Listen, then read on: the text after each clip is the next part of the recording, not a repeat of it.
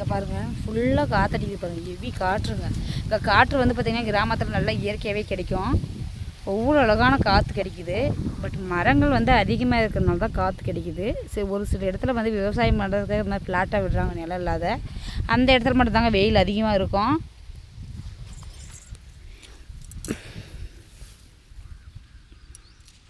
பார்க்குறதுக்கே பார்த்தீங்கன்னா அவ்வளோ அழகாக இருக்குது பாருங்கள் நெல் வயல்கள். இப்போ வந்து விளை நிலங்கள் எல்லாமே வந்து பார்த்திங்கன்னா மனைகளாக மாறிட்டு வருது. பட் வந்து கிராமத்தில் ஒரு சில பகுதிகளில் வந்து பார்த்திங்கன்னா விவசாயம் செஞ்சுட்டே தான் இருப்பாங்க.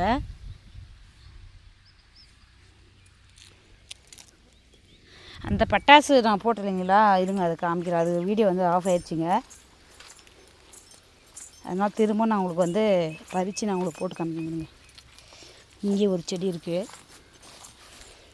பாருங்க.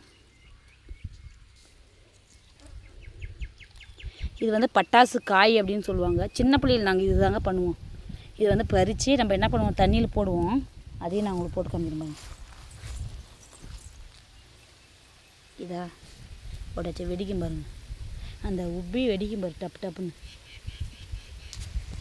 இப்போ வெடிச்சிச்சிங்க ஒரு செடி ஒன்று, ஒரு விதை வெடிச்சாச்சு. இன்னொன்று வெடிச்சிச்சிங்க. அதை உங்களுக்கு ஜூம் பண்ணி காமிக்கணும் அப்படின்னு நினச்சிருந்தேன். கரெக்டாக காமிச்சாச்சு. இந்த பழக்கம் வந்து பார்த்திங்கன்னா இன்னொன்று காமிக்கிறேன் பாருங்கள். அதாவது பால் சுண்டைக்காய் வீடியோங்க பாருங்கள். சுண்டைக்காய் இது என்னம்மா சுண்டைக்காய்? என்ன சுண்டைக்காய் தான் அது பேர். இல்லை பால் சுண்டைக்காயா இல்லை என்ன வேணும் சுண்டைக்காய்?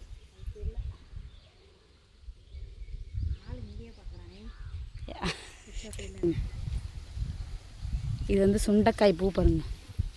நம்ம கிராமத்துக்கு தகுந்த இயற்கையான, அதாவது மருந்து இல்லாமல் கிடைக்கக்கூடியது பால் சுண்டைக்காயும் நம்ம வச்சுருக்காங்க. அதை தான் நான் உங்களுக்கு ஷேர் பண்ணுறேன்.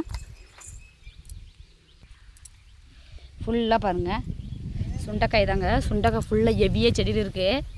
இந்த தோட்டத்துக்கார அக்கா என்ன பண்ணிட்டாங்கன்னு பார்த்தீங்கன்னா, உங்களுக்கு எவ்வளோ சுண்டைக்காய் வேணும்னா அறுத்துட்டு போங்க, என்ன வேணாலும் அறுத்துட்டு போங்கன்னு சொல்லிட்டுருக்குறாங்க. அந்த மனசு அங்கே யாருக்குங்க வரும்? அதே தாங்க நம்ம கிராமத்தில் இருக்கிறவங்களுக்கு அது மாதிரி தாராள மனசு நிறையவே இருக்கும். இது வந்து செம்பருத்தி செடி. இந்த பக்கம் வந்து பார்த்திங்கன்னா செம்பருத்தி, அதாவது நம்ம ஆல்ரெடி எண்ணெய் வந்து எப்படி காய்ச்சலாம் முடிக்கு பிளாக்காக வரத்துக்காக அப்படின்ற ஒரு வீடியோ போட்டிருக்கேன். ரொம்ப யூஸ்ஃபுல்லாக இருக்குது. செம்பருத்தி செடியும் நம்ம வந்து ஆல்ரெடி போட்டாச்சு. உங்களுக்காக நான் கட் பண்ணி ஓப்பன் பண்ணியே காமிக்கிறேன் பாருங்க. இன்னொன்று வந்து பார்த்திங்கன்னா என்னென்னா, இந்த பக்கம் இப்படி வந்தீங்கன்னா செடியெல்லாம் இருக்குது, புதாரெல்லாம் இருக்குது. கொஞ்சம் பார்த்து தான் போனேன். நம்ம மரத்துலேயே வந்து பழுத்து வந்து வாழைப்பழத்தை காமிக்கலாம். வாழை மர செடியில் தோட்டத்துக்காரர் கவனிக்கல எடுங்க, வாழைப்பூ மட்டும் பறிச்சிட்டு இருக்காங்க. இதை பாருங்கள்.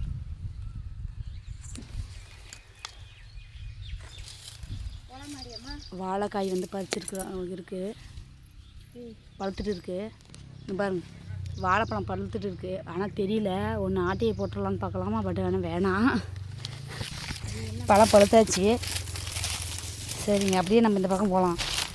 வாழை மரம்லாம் ஹெவியாக வச்சுருக்காங்க, பரவாயில்ல. தோட்டத்தில் இந்த பக்கம் தென்னை கன்று வச்சுருக்காங்க. இந்த பக்கம் வந்து பார்த்திங்கன்னா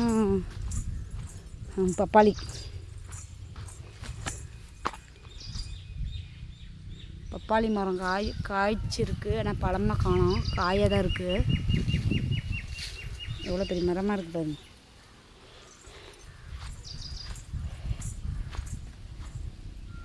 இந்த பக்கம் வாழை மரம் இருக்குது. ஒரு கிணற்றை வந்து காமிக்கிறேங்க, அந்த காலத்தில் இருக்கக்கூடிய கிணறு. இங்கே அம்மா தண்ணி ரொம்பிட்டு இருக்குங்க மேலே.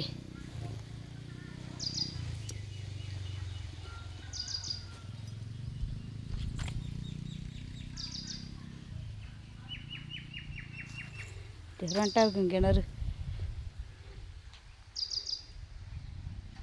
இந்த பக்கம் இளநீர் கீழே இருக்குது, இந்த பக்கம் நிலம் இருக்குது. இந்த பக்கம் வந்து பார்த்திங்கன்னா நெல் வயல்கள் இருக்குது. நம்ம இப்படியே போகலாம். பார்க்கலாம் கிணறா? அவ்வளோதாங்க. அந்த பக்கம் முடிஞ்சாச்சு. இந்த பக்கம் வந்தோம்னா இன்னும் நிறைய ஷேர் பண்ணுறோம். ஒரு 2 3 விஷயங்கள் இருக்குது, பார்க்குவீங்க.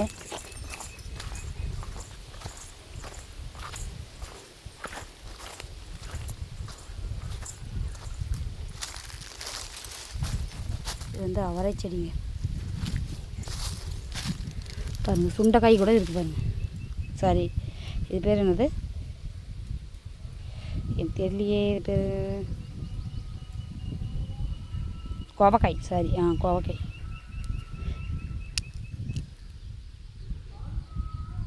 கோவக்காயும் இருக்குது. இந்த பக்கம் பார்த்தீங்கன்னா அவரைக்காயும் இருக்குது. அவரைக்காயும் உங்களுக்கு காமிங்க. ஒரு காய் 2 காய் தெரில. வீட்டு அவரைக்காய்க்கா, கொடி அவரைக்காய். பொரியல்லாம் செய்வோங்க, குழம்பெல்லாம் செய்வோம். விதை பகுதியும் தண்டு பகுதியும் உணவாக பயன்படுவது எதுன்னு கேட்டிங்கன்னா இதுதாங்க, அவரைக்காயை சொல்லலாம். அப்படியே இந்த பக்கம் வந்தாங்கன்னா நம்ம சப்போட்டாக்காய், ஃபேவரேட்டான சப்போட்டாக்காய் வந்து இருக்குது. நல்லா தரத்து வந்துடுது. நிறைய விளைச்சல் பண்ணுறாங்க. அந்தளவு உழைக்கிறாங்க. பட் சாப்பிட்றதுல வந்து கொஞ்சம் கம்மியாகவே இருக்குதுன்னு சொல்லலாம். விவசாய ஆளுகள் பாருங்கள் எவ்வளோ காய் இருக்குது.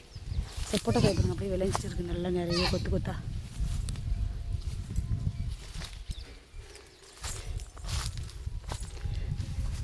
இன்னொன்று பார்த்திங்கன்னா கருணக்கிழங்கு. இது ஆல்ரெடி அறுவடை பண்ணி வச்சுட்டு இருக்காங்க சேல்ஸுக்காங்க.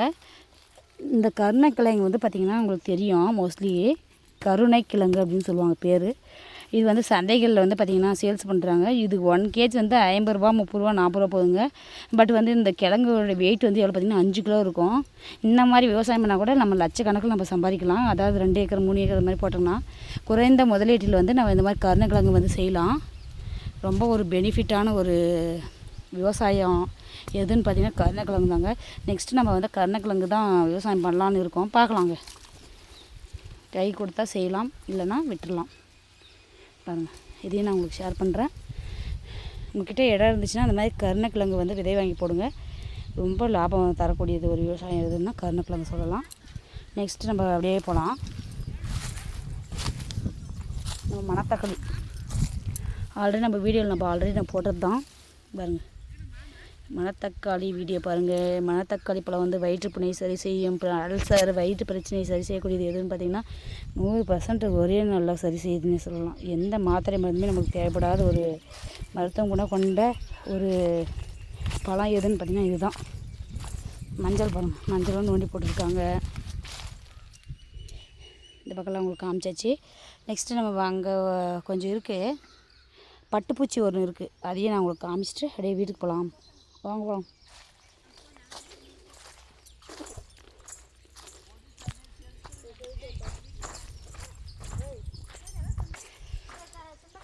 இங்கே பாருங்கள், பெருசாக இருக்குது பாருங்கள். இது வீட்டு அவரைக்காய் தான்.